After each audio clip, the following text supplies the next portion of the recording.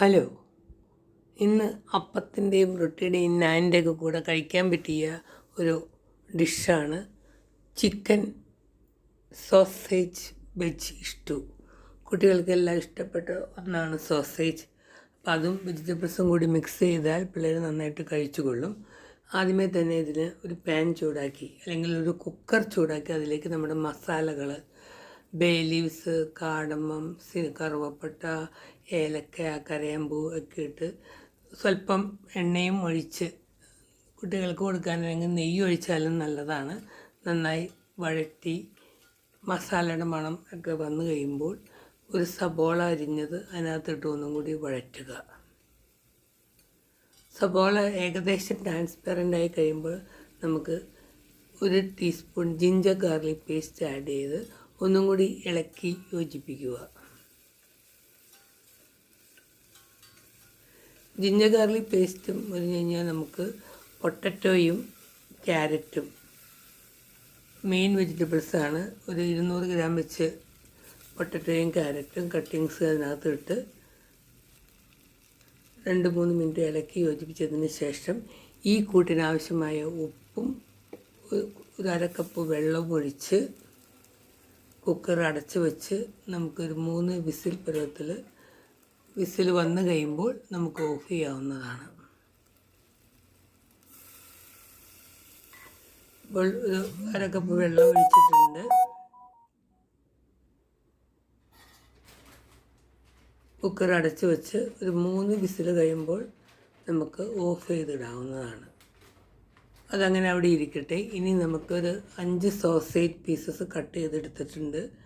അതിനകത്തേക്ക് ആവശ്യത്തിന് ഉപ്പും കുരുമുളക് പൊടിയും,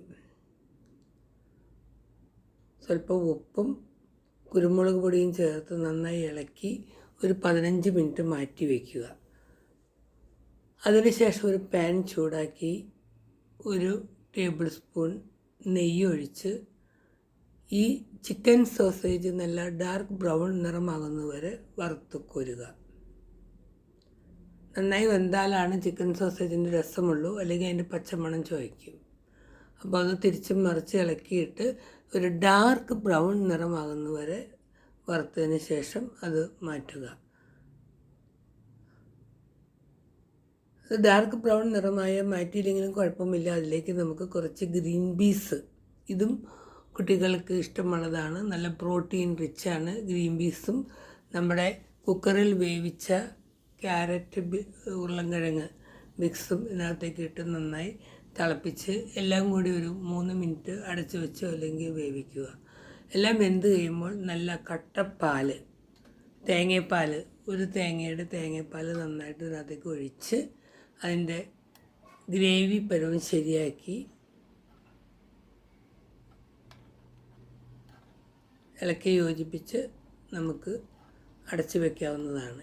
ഇനിയും ഭംഗി വേണമെങ്കിൽ ഇത് ഗാർണിഷ് ചെയ്യുകയോ അല്ലെങ്കിൽ അതിലേക്ക് സ്പ്രിംഗ് അണിയൻ ഇടുകയോ കശുവണ്ടി കിസ്മസ് വറുത്തിടുകയൊക്കെ ചെയ്യാവുന്നതാണ്. ഇപ്പോൾ ഞാനിപ്പോൾ ഒന്നും ചെയ്യുന്നില്ല, ഡയറക്റ്റായിട്ട് കഴിക്കുകയാണ് ചെയ്യുന്നത്.